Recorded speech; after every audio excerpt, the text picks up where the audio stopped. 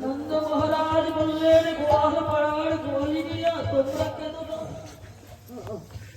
আর কি উপানন্দ বললেন, ভাই তার চাইতে তুই বল যে তোর গোপালকে যদি কেউ ভালো করতে পারে তাকে তুই কি জানি করছিস? নন্দ মহারাজ বললেন, যদি আমার গোপালকে কেউ ভালো করতে পারে আমি অর্ধেক রাজত্ব